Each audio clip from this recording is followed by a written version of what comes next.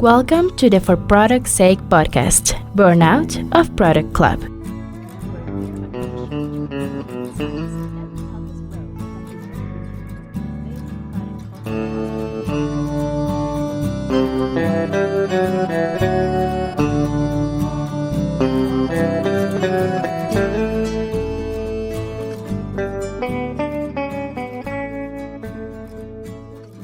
Welcome, Colin Breyer, to the For Product's Sake podcast.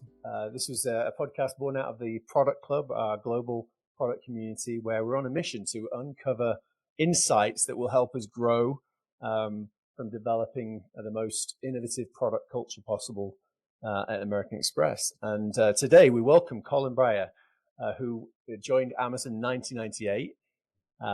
4 years after its founding, and spent the next 12 years as part of Amazon's senior leadership team as Amazon grew from a domestic US-only seller of books to a global multi-dimensional powerhouse and innovator.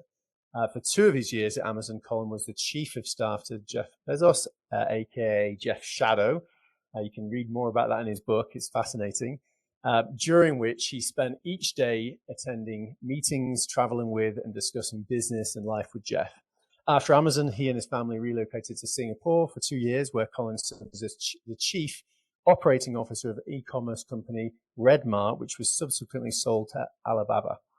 Colin is a co-founder of Working Backwards, LLC, where he coaches executives at both large and early stage companies on how to implement the management practices developed at Amazon. We're super excited to have you on the podcast today, Colin. Just keen to get into what would really work at American Express, and even share some of the things that Joel and others have been doing inside the company with some of the practices already. Over to you, Joel. Thanks, Spencer. So again, echo a welcome, Colin.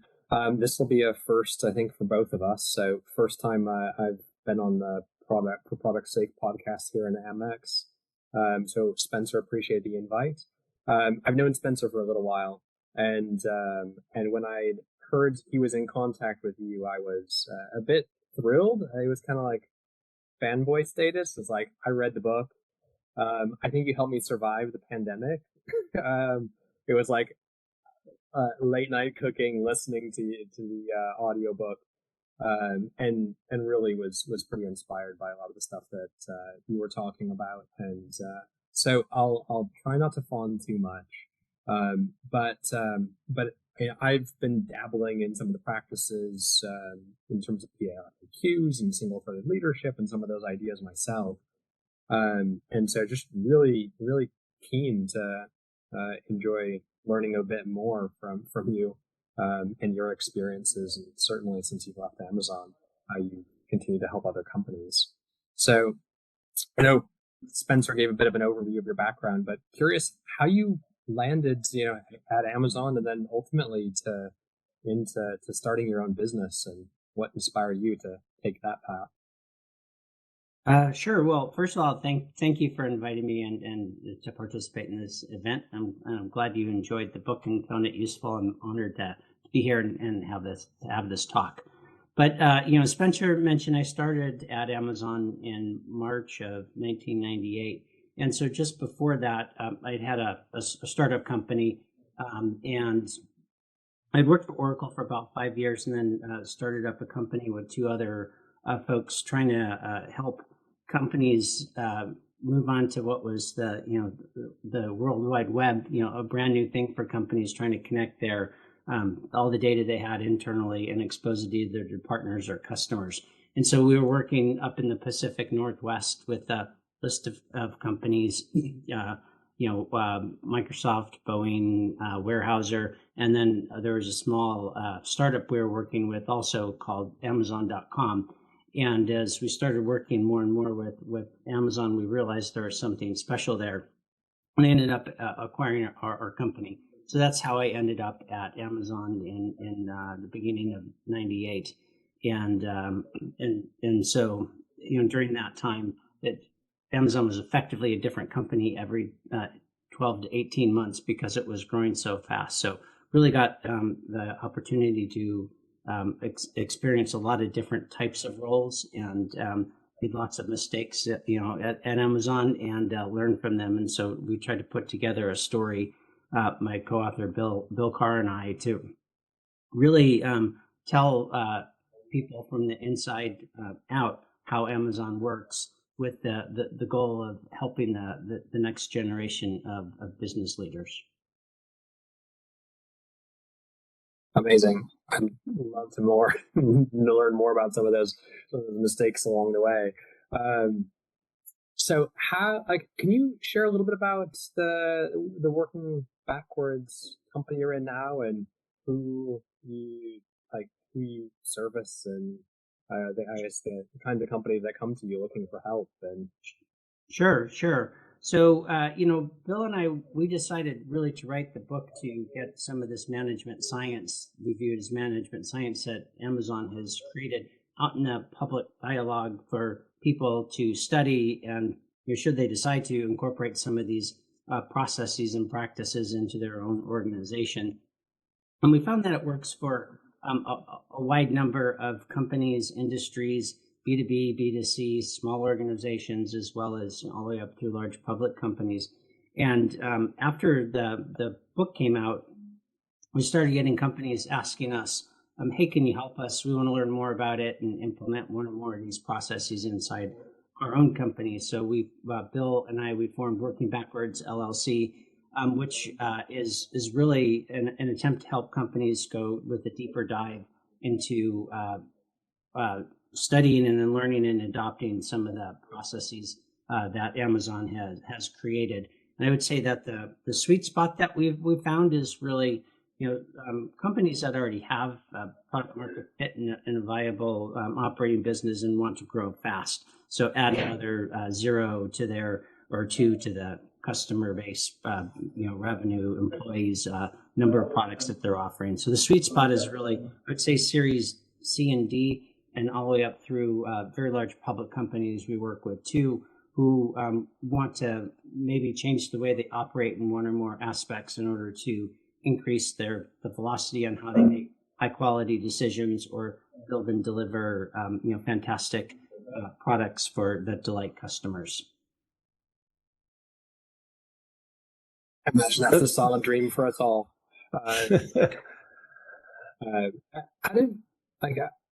I'm curious of balancing and going backwards and diving deeper into the company now, but I guess I'm not sure, as all our listeners will have, how much depth they'll have in terms of the working backwards methods and the different components of that. But should we dive down there in terms of an overview of what some of the key highlights are, and for someone who hasn't read it, Cliff Notes version of why it's exciting and a management practice?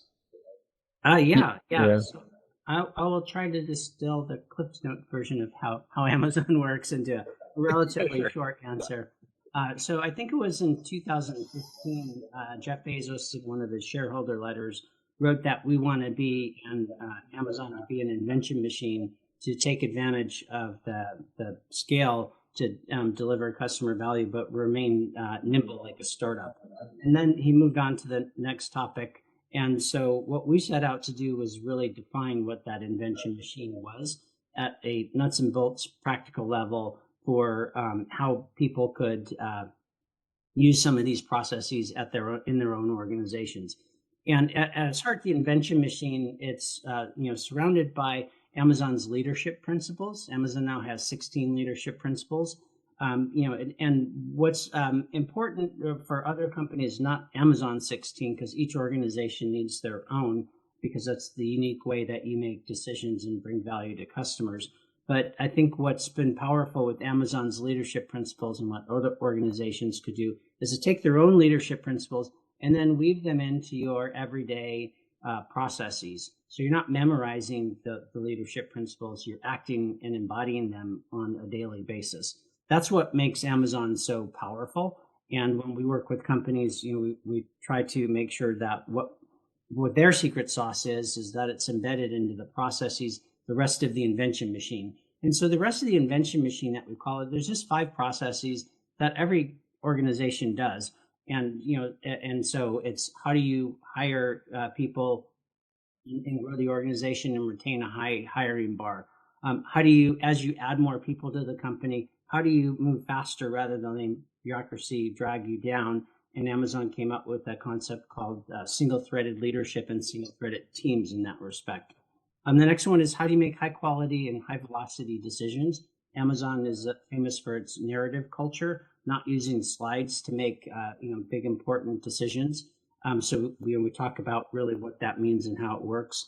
The next process is the working backwards process. So it's the title of our book, but it's also a named very specific process at Amazon that where you take an idea and you refine it and you uncover the truth about that idea so you can decide whether to green light to go forward and build that. So that's what the working backwards process is about. It's all, and you do this from a customer perspective. We can talk more about that later. Then the last process is just metrics. How does Amazon measure businesses right when they're just starting out to when they're tens or $100 billion business? And Amazon places a heavy emphasis on customer-facing controllable input metrics. That's the best way that we found at Amazon that you can achieve the desired result in your output metrics, which are things like free cash flow, revenue, share price. But by focusing on the inputs is the best way to achieve, rapid growth in your outputs. So Amazon, it in some respects faced the same problems as any growing company does.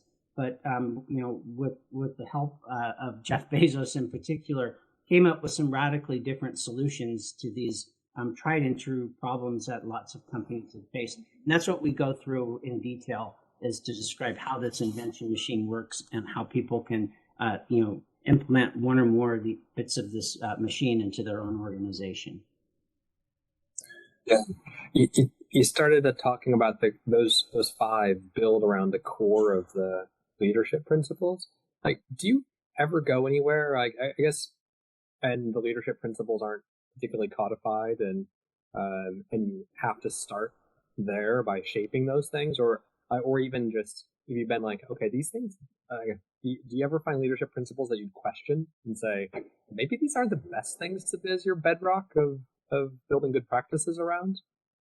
Yeah, when we start, it's a great question. When we start working at companies, that's one of the first places we look is, do they have strong leadership principles or core values? Those are, synonymous terms. Companies call them different. But that's really how you're asking your employees to make the tough decisions when they need to move fast, when they don't necessarily have all the data that they'd like to have, and the senior executives aren't in the room. So you have to have something really strong there that can hold up. It has to also be, cover the scope of all of the tough types of situations you'll face. So, for instance, one leadership principle that we often find is missing, or core value, is something around hiring and developing and retaining talent.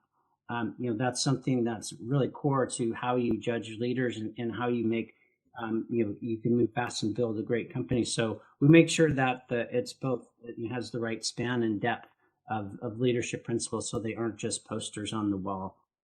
The second thing that we found, for organizations that we take a look at in the beginning is the hiring process. And this is true especially of younger organizations where, if we hear people say, well, the company's not like it used to be, a year or two ago. And so I usually just ask, well, show me your leadership principles, and they have them great. And then I ask, well, how do you ingrain these into your everyday business processes? And the second one is, tell me about your hiring process. And do you have a deliberate, data-driven process to find people, to attract people to the company who are going to reinforce your leadership principles? Because if you don't, they're going to bring whatever leadership principles or core values they had from their own org, and they'll change your company. So when you grow from 50 to 150 people over the course of 1 or 2 years, most of those people are new people, and your culture has changed. So yeah, those are 2 things that if you want to have a steady culture that remains the same and actually gets stronger as you grow, you need to have both of those components in place. Joel, I think you're getting at the fact that we hear things like, we're not, we're not Amazon. I'm sure lots of people will say that when they're trying to copy or innovate or be inspired by certain things Amazon's done. Are there other things that you've seen that just don't work when you're working? Like if you're trying to ascertain which clients are ready to really adopt the things you teach, are there things you look out for and companies you don't really work with because they're just not ready? The principles themselves they're very easy to understand, so they're not conceptually difficult. Mm-hmm. They do take discipline and rigor to implement them properly. So when we first take a look at a company, one of the questions we ask is, well, is the CEO and the management team, are they on board with trying some of these things and sticking with this as an experiment for an extended period of time? And if the answer is no, then we probably can't help that organization because for instance, you can't adopt a narrative culture, but then when you go to the CEO or the division head to say, well, let's just switch. I want to use slides in order to make decisions. That's an example of you're not going to get a lot of the benefit of that. Or if for metrics, for instance, if people are focused and make decisions purely looking at output metrics, and they're not willing to change the paradigm to identify the customer-facing controllable input metrics. It's fine. There are plenty of different ways to build great companies, but those are some cases where we probably aren't the best people to help that organization. So I would say the single biggest factor is the willingness of the CEO and the management team to study and learn and try some of these processes and stick with them. Yeah, sure. Joel, you go for it. I was going to say, I imagine those of us listening or on the podcast will maybe have a little bit of difficulty influencing our CEO. But at the metrics side, I'm actually really keen to dive a bit deeper on that one too. You mentioned I hear things like we use often leading indicator KPIs, metrics, and I think we've adopted OKRs as well, or attempted to. I would say it's the understanding of outcomes and outputs or impact metrics. I think is oftentimes gets a little bit muddled, and I hear lots of different terminology. So, do you have any good examples of the being able to see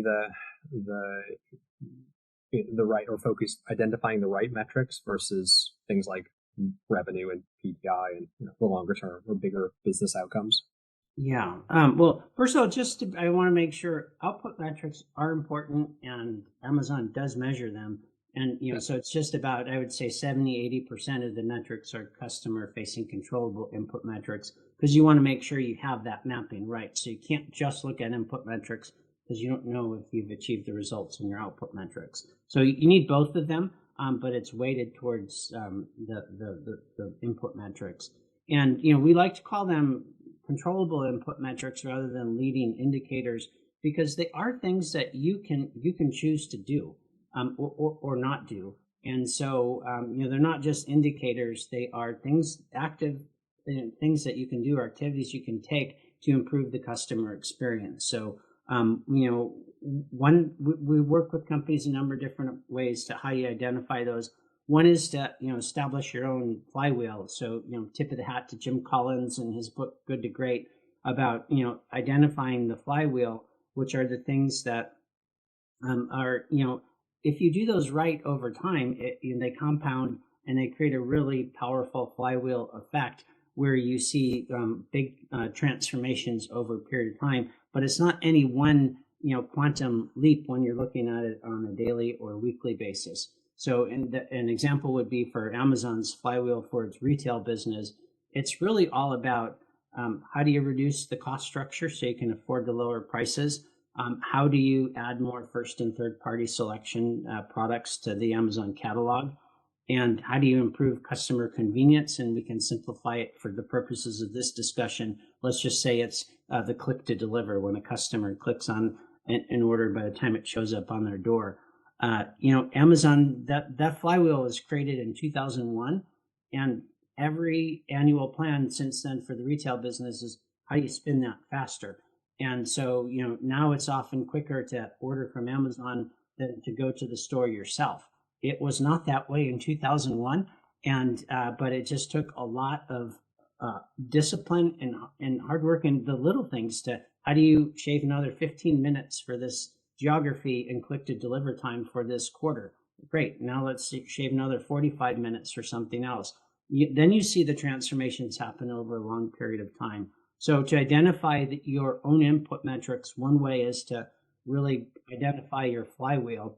And the second one is to map your customer journey. If you were to take a look at Amazon's goals, S-team goals, Amazon doesn't use OKRs. They use what's called S-team goals. They're roughly equivalent, but in 1 year, and this was in another shareholder letter, Jeff said there were 462 S-team goals that S-team is the Jeff's senior management team would take a look at, and it was close to 75% of them directly measured the customer experience.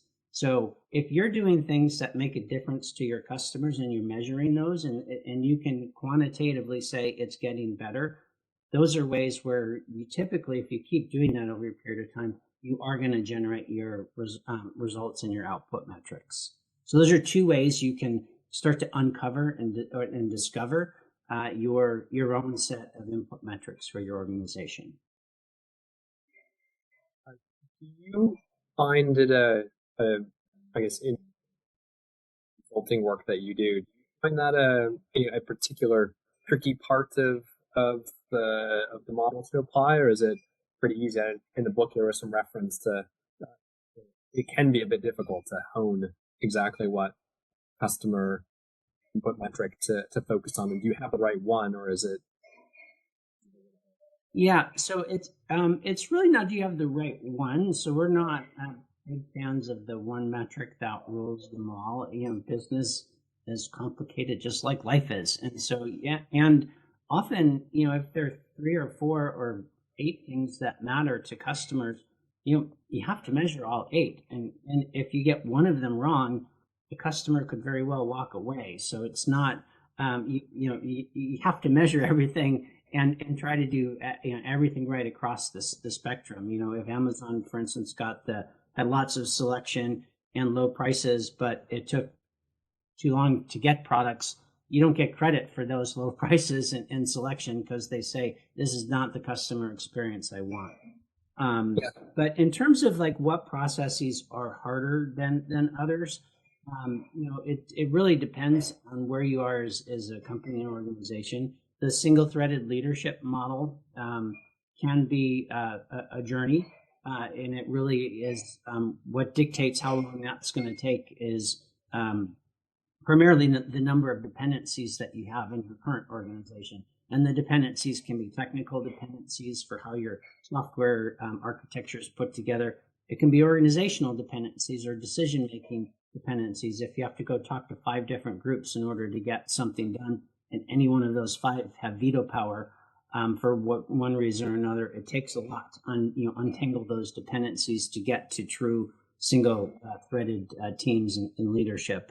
Others like bar raisers or writing, starting to switch from slides to narratives, you can make those changes pretty much overnight.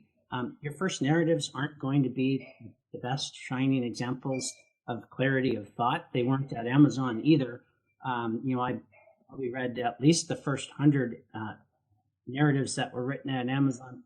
I can guarantee you that some of the early ones were not that great compared to what they are, today. But you can get started and you get better and improve.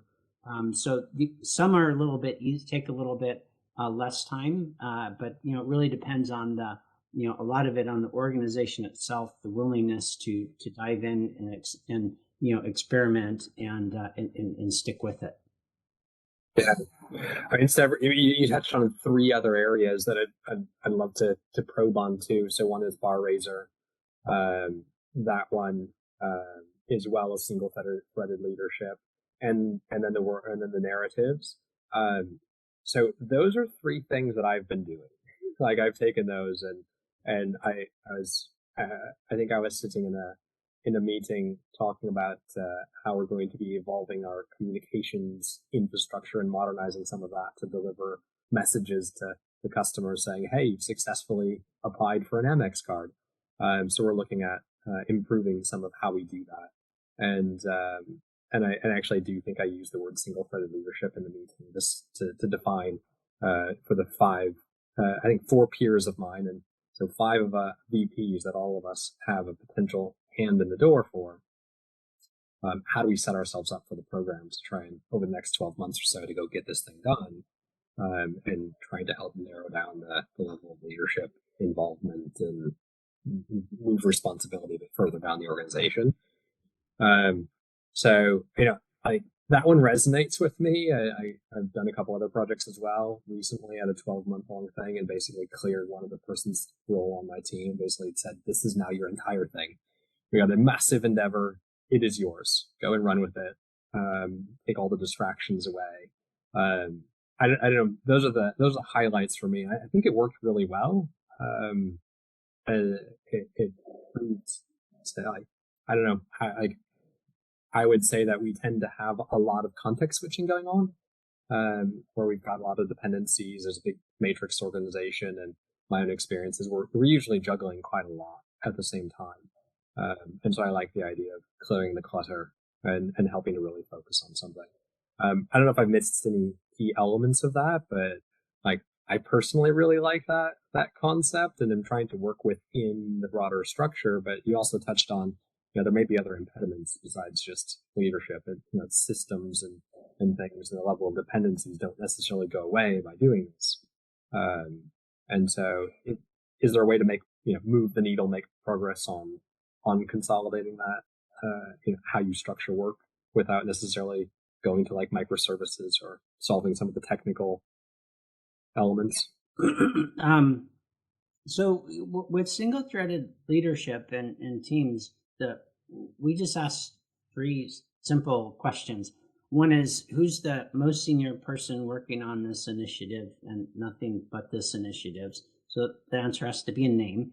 And the second one is, do they have the organizational skills and capability to make this idea or initiative a reality? And then the third one is, do they have control over the resources, the bulk of the resources in order to get things done? It doesn't mean that everyone has to have a solid line reporting relationship, to that person, but it just means that you've allocated the appropriate resources and given that team the right authority and autonomy to really make those decisions. We found, at Amazon, this was not a theoretical exercise for us. We found that for big things that we wanted, to launch quickly and become a great business for customers, when the projects that were struggling, the answers didn't have a name or for the first one, or it wasn't yes and yes for those second 2 questions. So anything that was big enough to be worth doing and we think can have a meaningful impact, we just at Amazon ask those 3 questions. And what you get is something that's a little unusual compared to other companies. You can have someone who manages a large team now goes on to a relatively small single-threaded team. But the thing is that they know how to build a large business. So if you want to build a $500 million business or $1 billion business, if you put someone who's a year or 2 out of school and that's the most senior person, you're probably not going to get $1 billion business just simply because they don't really know how to build it. So we would put people, even though the current state of the business, which was much smaller than how big the business could be, you want someone who knows how to get from a very small, humble beginning in point A to a very large, viable business in point B. So, and that's, it's not hard to understand it, but it just takes some conviction and courage to do. And, and it has to be, there's a chance where that this initiative may fail too. So you have to have a culture that, encourages, invention. And part of invention is some experiments fail. It's not an experiment if you know it's not going to fail beforehand. So, you need those things to go hand in hand. And then in terms of, if you have the right leader, they will be able to make the right judgment calls on how to manage those dependencies, because they have scarce resources. So they're going to look at, how am I going to allocate my limited resources in order to achieve this goal? Sometimes it means I need to work with another group or a third party. And other times it means, well, no, we're going to build this on our own and not get dragged down by what other teams are doing. There's no one right answer, by the way, but you need a high judgment, single-threaded leader to make those tough calls in order to build your large viable business for customers faster. So those are just a couple of tricks that we learned. This invention machine, we didn't create an operating system for Amazon in theory and go implement this. These were created, like as I alluded to earlier, because of challenges we were facing at the organization at that time, or mistakes we had made several times and tried different versions of it. Like single-threaded leadership was a second or third iteration of trying to get to where it was. But the last thing I'll add on this is Dave Limp. He runs the devices business at Amazon. It was a great quote. He says, the best way to fail at inventing something is to make it someone's part-time job. You alluded to context switching. It's when you context switch, we found that the amount of invention goes down. And what you want is the team waking up every day focused on maximizing or enhancing the customer experience. And, they're immersed in the customer experience, in the data of that area. And that's how we found we can get, a lot more invention than having it be someone's part-time job. Yeah. Joel, you'll have a question right now, I'm sure. Colin, just for context for our listeners, so one of those examples of single threaded leadership was you had to go through that, right, several times, but one of them was Unboxed, was it? And then which led on to Prime Video eventually through a lot, several iterations. Is that true? Well, yes. So, with digital, the first employee of the digital group was Steve Kessel, who was running our biggest business at the time, which was 75% of Amazon's business, which was the physical shipment of media, physical books, CDs, and DVDs, and moved him on to, well, let's figure out what we needed to go do for digital. We don't know yet, but we know it's going to cannibalize a good chunk of our existing physical sales, and we don't know how long we have, so we need to move fast. And then Steve in turn hired Bill Carr, who was a single-threaded leader for the video and music. The one case study we used where a project was taking quite a long time was what's now called Fulfillment by Amazon. We had that idea for several years. It's just that was an example of something that was super tangled. It required working with the front-end website development, the order pipeline, payments, and then third-party marketplace sellers, and then physical processes in our fulfillment centers. You had to change all of those.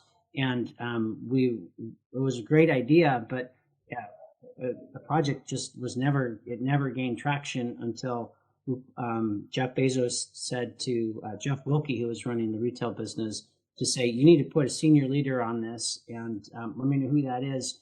And we'll start meeting, I don't know if it was next week or in 2 weeks. And it was Tom Taylor, who had a very big job in the fulfillment center. And he went on to, okay, now we have to create, it wasn't even called Fulfillment by Amazon at the time. Go figure out how to untangle all of this and create a business which worked out really well. It's the glue between the Amazon Prime's, the retail business, and the marketplace business. That's where they come together.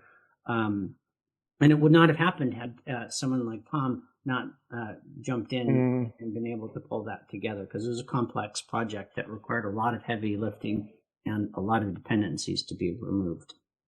Yeah, really interesting. Joel, you have another question, and I've got one around how this works at Amex. A million, yeah. I mean, I'm just contemplating the cultural. I don't know. It feels like a phenomenon almost, which is just something a bit different than the typical, moving up and growing span. Is like you're willing to reduce the size of your team, move from a scale business that's making a ton of money to a growth or even product market fit type of a early stage concept. I do, again, coming back down to the working backwards company you're in now, like, do you find that like that is something that is a particular cultural phenomenon of Amazon's, or do you see that that's something others can adopt, or is even all that critical? Clearly, I think your case points to the fact that it's really valuable to take those senior leaders that have that level of influence and expertise and experience to bring that to bear to get a chance for those things to succeed. So, sorry, retract the second half, but okay. Well, how do you do this? I'll take a crack. Let me know if this doesn't answer it. One, it's absolutely something other organizations can do should they decide to do it. It's not unique to Amazon, but I would say what makes it work at Amazon is if you look at some of Amazon's leadership principles, the concept of single-threaded leadership, a few of them shine, and you could tell that they were embedded into single-threaded leadership. One is invent and simplify, where you need to be willing to fail, take chances and fail to invent on behalf of customers. The second one is ownership and long-term thinking, where by thinking long-term, it doesn't necessarily mean, and it usually doesn't in our experience, that it takes you longer to achieve your goals. You just make a different set of decisions if you look at something like Fulfillment by Amazon or Prime Video over a time horizon of 3 to 5 years versus 1 to 2 quarters. How are we going to grow the business over 1 to 2 quarters? Over the goal that we wanted to do is how can we have something that is fantastic for customers at scale over a 3 to 5 year time horizon. And so you get to build your big large business quicker by having long-term thinking. And so that is something that we work with organizations. And another Amazon leadership principle that's embedded into single-threaded leadership is frugality. There's a phrase in there, there's no extra points, bonus points for growing headcount or budget size. So you don't get rewarded for a span of control. As a matter of fact, you get more scrutiny because a good chunk of Amazon is a retailer, which means how do you lower your costs? And the more people you have, higher your cost is. So you have more people saying, can we reduce this a bit? So, that's an example of you have to have your organization's leadership principles comport with what you're trying to do. And so organizations can do it, but it has to be constructed in a way that it really, aligns with who you are as an organization and as a company. Joel, I could probe forever. I think I do want to make sure we cover off on the idea for a lot of the people will be listening to it, or product managers and associate product managers early in their careers. And so you mentioned again some of the areas that people can adopt without necessarily senior leader buy-in. So I think the narrative is one of those in particular. Would you mind fleshing that out a little bit about killing PowerPoint and adopting narratives? And so the short story is Amazon uses narratives to make high quality decisions. And so a narrative is just a tool. It's not the end goal in and of itself. But you have, if you have a 60-minute meeting and, if you have a 60-minute meeting and you're dealing with a relatively complex topic, what you want to do, and you're either going to you're presenting your case to a senior leadership team or people who are going to fund your product, or you need to make a decision. The first thing you want to do is you want to make sure that you get the audience or the decision makers up to speed with as much information as possible. And then the second thing is you want to have a data-driven, high-quality discussion so you can leave the room with a better decision or a better situation than you entered the room. And we realized that slides were not cutting it for us, because people would start their slide presentation and never get to the end because you'd have all these people asking questions, jumping around. A lot of times when you ask, well, how did the meeting go? The answer is, it was an engaging presentation, or it was so boring. The slides did not flow through. But that has really little to do with the idea itself. So we wanted to put the idea front and center versus the charisma of the speaker. Now, because customers really don't care how charismatic the speaker is, they care about, is the company making high quality decisions to build products that improve my life. And we're trying to optimize on that. And we just found, for a number of reasons, narratives were a much better way in terms of information density, to get your case across, and then so you can have a high quality discussion. So the way a narrative meeting works, and a narrative is just, for an hour meeting, think of it as a 6-page memo with appendices. If the first 20 minutes of an Amazon meeting if it's your first time there, it's kind of eerie, because everyone says, okay, let's get started, and you share the document and everyone starts reading and it's silent. But if you were to look at it through a different lens and look at it in a different spectrum, you would just see a massive amount of information being transferred from the presenting team, the team who wrote the document, over to the audience. And in that 20 minutes, we just felt we were getting about 20 times, 15 to 20 times more information across. And then your next 40 minutes, it's just a higher quality discussion that leads you to higher quality decision making. So that's why we stuck with it. I can say that for organizations we've worked with, people who've made the switch, I don't know anyone who's ever gone back to say, no, I'd rather get less information and slides. But this is where I talk about it does take some discipline. You can't write a narrative overnight. To get that clarity of thought, the writing team has to write drafts, show it to people, walk away, rewrite, and to get it to where it needs to be into a meeting. So it takes a little bit more effort to do, but we found that it was well worth it when you measure the speed at which you're making high quality decisions. How would you typically refer to a PRFAQ versus a written narrative? Like, are those one and the same, or do you have less of a PR lens on some of the written narratives? Yeah, so a narrative is really just a written memo. So a PRFAQ is a type of narrative. It's a very specific type of narrative that's used in the working backwards process. So other types of narratives could be quarterly or monthly business reviews. If you're looking at acquiring a company, it could be a written document about, here's an M&A opportunity that we have.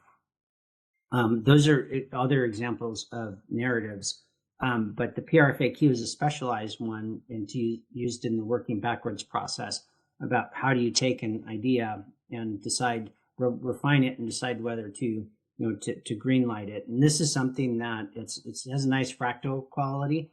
It can work in a group of 5 people, and it does, and it can work all the way up to, we use PRFAQs to start very large businesses like AWS. But we also used it for very small things like features on the next set of features on the app or a web page, and so that is something that is really applicable. Talk about the mistakes that we made. We adopted the working backwards process. It's hard if you want to remember what the working backwards process is all about. It's about starting from the customer experience and working backwards from that, which is a different, it sounds simple, but it's different than how a lot of organizations make decisions. A lot of organizations use a skills forward approach. What are we good at? Can we nudge into an adjacent market? Moving and what are competencies and strengths and weaknesses? At Amazon, we started from the customer experience, and we wanted to make sure they were the only ones who weren't in the room, and we realized we were forgetting the customer too much. So we wanted to have a process where the customer is there, virtually there with us from the beginning of when the germ of an idea is started to all the way through to the point where it's released. So all of the documents and tools that we use in the working backwards process are essentially having a dialogue with the customer to explain what we're building. And so they're telling us what to do, even though the customer is not in the room. So it is quite a different way to build greenlight and build products. I'm interested to know, Joel. Colin as well.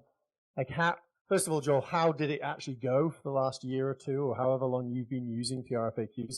What was the response from our leaders or from your team? At the same time, Colin, just from how often do you show a PRFAQ document to a customer? Do you ever show it to a customer and get their feedback on how this sounds to them? I'll start. So I guess, so first, in response to the narrative and the PRFAQ being slightly different things, and the narratives can be used for all sorts of different formats. I breathed a little bit of a sigh of relief because I kind of felt like I was hacking the concept a little bit when I had several senior leader updates for some big projects, and I walked in with a couple-page Word document instead of a PowerPoint, and was like, I'm going to go a little bold and crazy here. And we had 5 minutes. I sent it in advance, and it was read in advance. And in the first few minutes was clarifying a few things, and we got to a decision within 15 minutes of, hey, this is a great approach. So my own experience of trying the narrative model worked. I would say it was, I said, not all in the room, but I have used that as an example. PRFAQs, I've had a bit of a struggle getting adoption. Like we've done some internal tests on it. It's been fun, I would say, and I think it's really your earlier comment that it's hard to do well. Potentially at the beginning, like it takes practice, and I've seen that. So it's like the quality of the thinking and getting something that really is feels fairly professional. It takes several different iterations to get to. And so it feels like one of the things you practice quite a lot, but my own experience is it feels like it has, for the people I've worked with in my teams, it does exactly what you were talking about, which is it puts the customer at the center of the thinking. And so that to me has been invaluable. It just says, have we got either a combination of data or put ourselves in their shoes? Like, what are we doing in a way that is meaningful for them, and put it in customer language. Like for those, like for you may not know, like we are full of internal acronyms and language, and we oftentimes use that as a communication vehicle. And it's surprising how often across different divisions and across the matrix that doesn't always translate so easily. And so, putting that customer at the center also made it far easier to then share and share that understanding. So, like for me, it's worked, but I haven't been able to scale it and drive adoption wider than my own particular influence. So it's one of those areas I'd love to do, but also haven't succeeded yet. Yeah, I mean, and Colin, so you've done it within your business unit now, another business unit. I assume you're still using them now in your new role, Joel. We tried it as a product community, as a learning challenge, and we had 20 teams do it, and lots of them enjoyed the process. Some of them, it led to some really good, valuable things. But what it isn't is a leader at the top of a business unit or the CEO saying, this is what we're doing. And it's probably, I'm going to say it's probably not going to happen anytime soon. So any advice from you, Colin, about how you, in a company like ours, how do you still try to scale this thing without it coming from the most senior leader? So it's a good question. This is something that you can use. I mentioned it as fractal. So a couple of things when we coach organizations on how to use them is the one, it's an iterative process. So you have, especially, at a larger organization, you have the power and the ability to say, well, we're not ready yet. We need to go do another iteration. And that may seem like you're slowing down. We have found when we said that at Amazon that we weren't slowing down. It just meant that we were not aligned and we did not know what to do. So we didn't know where that endpoint was.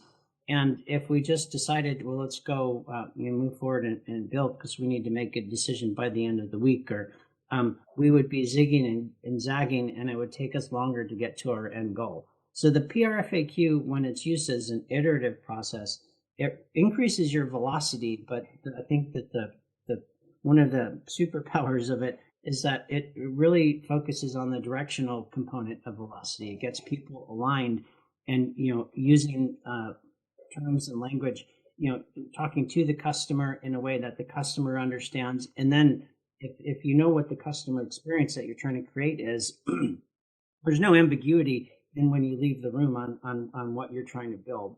So we found, if you're not ready, you just admit you're not ready. We need to go, do another iteration of a PRFAQ. It could be just focused on one specific area. So, once you have discussed and debated and litigated your points, you can move some of those FAQs down to the appendix. You don't have to cover the full product every time. You could, narrow down, here's one issue that, important issue that we need to really get right. Could be an integration with a partner or a pricing policy, or how we're going to do this so it scales and meets our cost structure, whatever, that problem is. So that's one thing. Just knowing when you need to slow down in order to move fast is important. The second one is that what we've seen a lot of organizations, they use the PRFAQ and the language, they're trying to sell the idea. And it's a subtle but powerful point but this is not what you're supposed to be doing at this point. You're not supposed to be selling your idea. You're supposed to be uncovering the truth about the idea and supposed to be making the idea better. So asking, critical questions, trying to kick the tires and fixing, some of these either dependencies. It's really cheap now because it's just a Google Doc or a Word doc. You can do another version. But if those things creep into the product that you're trying to build, they're much more expensive to fix. But the second thing is it's really truth seeking rather than selling. Because once you finally uncover the truth about what is this idea and what is the customer experience we're creating, and is it the best that we can create given the constraints we have, then you can make the decision whether to greenlight it or not. We were working with this was a large public company and with PRFAQs, and the CEO came back and said, "This is one of the first times someone's asked my opinion in a long time. They usually don't want to know my opinion. They usually just want me to fund the idea. So they're trying to pitch me on the idea rather than, make me involved as part of the process." And so that, when I said it's an iterative process, senior leaders above, you don't have to fund it in the first meeting. What you really want to do is uncover the truth and figure, is this a worthy endeavor to go build? By the way, the last thing, it means that you should have 3 or 4, PR FAQs or 5, and you're not going to do all of them. By design, it's a cheap experiment. So you want to have multiple PR FAQs. He's a senior leader at Amazon. I would read sometimes several PR FAQs a day, and you want to be able to choose from a set to the best idea rather than just work on one idea and say, well, should we do it or not? Because there's going to be so much bias that creeps in that, well, it's got to be good. It's our only idea. So we have to figure out a way to make this work. Whereas if you have 5 of them you're trying to choose from, then it's clear which one is better, and then you can double down on that one. Yeah, that's great. Love it. Joel, before we do any rapid fire or wrap up here, where else do you want to go here? Just hit home on tips. So I'm going to come back down to the question of, okay, so if you've got, a couple hundred people who listen to this, in their day-to-day job, they're product managers, in the product management space, maybe even tech leadership, a tech lead in a Scrum team. What will be the couple tips that you would say from your experience of things that they could take away and help do a better job in their day-to-day? So a couple of tips is, one, don't let the process control you. So the PRFAQ or the narrative isn't the end goal. It's delivering value for customers. So if you're going to start on some of this, there's a huge role in terms of the senior leaders or even the readers of these documents, because the team has just gone through a big effort to put together a well thought through argument. And now it's the job of the other people in the room to make sure that you leave with a better idea than you came in with. And that's a different way. So it's not only poking holes in what happened, it's how do you, improve the scope of the idea. So simple tips, especially when you're starting out, I often comment on not just the substance of the document, but also the form of the document. So is this the right level of depth that we need because you want to train people on how to get better at this process. So early on, especially the senior leaders have, point out both the subject matter at hand, but is this what a good PRFAQ or narrative looks like? Because once you know what good looks like, you can share it with other groups. Even though it's not their product area, they'll know, okay, this is the level of clarity of thought and depth and type of information we need to make decisions. So that is one thing. I mentioned the second one, you can't write them overnight. So you have to allocate enough time. And while you're writing them, feel free to share them outside of your group. And I typically pick high judgment people who can help make my idea better. So by the time I'm ready to present it, I've probably already written 3 or 4 drafts of it and gotten feedback on it. So that's the way that you can, again, slow down a little bit at that stage in order to make a higher quality decision, which gets you to your end goal faster. Those are a couple of little tips in terms of both writing and reading, stuff like that. Thank you. That's great. All Anything right, else, Joel, Spencer. before I do some quick ones? I know we're running out of time, so over to you. Yeah. No, I like that. That was great advice. And something I picked up on your book is that, I thought the FAQs were tied to the, you could get feedback from leaders just on the first portion of your PRFAQ before you do the FAQs. It really, you can be flexible on this thing. Okay, cool. So some quick rapid fire from probably both of us here, but so just really short answers, but who do you look up to in the product community? Well, I've always been amazed on how Apple already knows what I want before I do. I was wondering how long they could continue their string of hits, and it's been a pretty long string of hits. So they're doing something right that I don't know exactly what it is, but that is one. It's not one person, but one organization that I admire. That's great. Best book you've read this year? Well, this is a non-business book. I'm a big Neil Stephenson fan, so Termination Shock I read.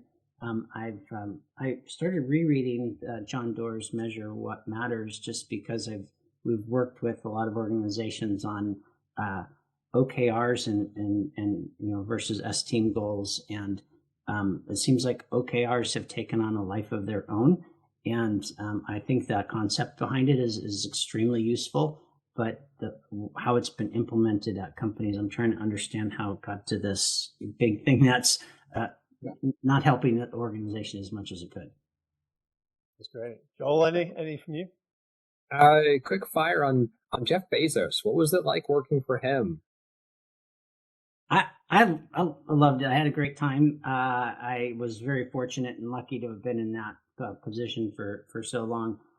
I've learned something new. I'm not exaggerating. Multiple times a day, working with Jeff. Every single day, I was there. So, it was like drinking from a fire hose, to be quite honest. And so I knew it was a unique time in my life. So I really wanted to be a sponge and absorb as much knowledge as I could, and to take advantage of that very special situation I was in. That's great. Another one. When have you used working backward strategies with your own life or your own family? I'm sure you use it for your business. Any unusual uses of it? Well, when Bill and I, when we were deciding to write a book, the first thing we did is we wrote a PRFAQ document, and to make sure that we had a story to tell, but was it worth telling? And then, a part of a PRFAQ is you have an external PRFAQ explaining things to customers, like, why should I write this book? But an internal one, and an internal one was, what would we define success as? And the first thing was, Bill and I are friends outside of this book. So we said we did not want this to get in the way of our friendship.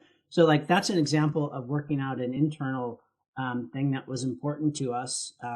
we use the PRFAQ for that. I do not use it for my personal life, though. Very good. What does the future look like for you? What history will you make in the next few years? I feel very fortunate to be working with lots of cool companies and trying to teach and mentor and help them implement some of these processes. So I'm excited to see how some of these companies start to accelerate their pace of development and creating value for customers. So that's where I'm focused right now. Yeah, that's great. And I know I've gone over time, so can I ask you one more question? Yeah. Our product community is growing at American Express. There's a lot of passion, desire to elevate product and the ways of working to create the best and the world's best customer experience. We already do it today, but we're always looking to improve. Can you tell us anything about the product community at Amazon? Breaking down those silos, bringing people together across business units in a product community. What worked well? I know this might not be a perfect question for a rapid fire, but anything that worked well that you could remember to build community across product? Well, one tactical thing is, sharing knowledge and best practices. So, single-threaded teams, by definition, there's a danger that you get siloed. So trying to create ways where if you learn something, like a product manager learns something that's really helped them in their job, make sure that knowledge gets spread across the company. So building, and those can be informal practices like that. But the second one is, a lot of companies talk about product, but product is what you're offering to customers. So at the end of the day, customer obsessed. At Amazon, customer obsession was really the big focus, and the product was a way to deliver value and be obsessed over customers and deliver things that really matter. So try not to get as many proxies between you and the customer, and sometimes don't get hung up on the product itself. You also need to take that next step to see, and is it making customers' lives better in a measurable way that that we're comfortable with. That's great. Joel, do you want to wrap up? Oh, sorry. No, just that. I mean, I couldn't say it better myself, to be honest. I love the focus on the problem and not the solution for various different ways of saying that, and encourage that from the people that I work with as well. Because I think it is easy to fall in love with a particular product, or gets this kind of like it's my baby sort of a thing, and takes on a whole life of its own. But not losing sight of the customer at the heart of it. And as they change, and certainly as we go through massive changes like pandemics and whatnot, and customer behavior changes, to not lose sight of that and keep a product relevant. So that's great. Love the advice. Will certainly do my best to live and follow it as well. Yeah. Joel and Spencer, thanks so much for having me. Yeah, no, appreciate it. For any listeners that want to reach out to you and your work, where should they visit, and how do they contact? Well, we've got a website. It's workingbackwards.com. So all one word, Working Backwards, and that's probably the best place. We have some material up there outside of the book, and and so that's where that's our biggest presence. Yeah, outside of. That's wonderful. Well, thank you so much for taking the time with Joel and I. I know our community is going to enjoy this greatly, so appreciate it. Great. Thanks, guys. Thank you, Colin.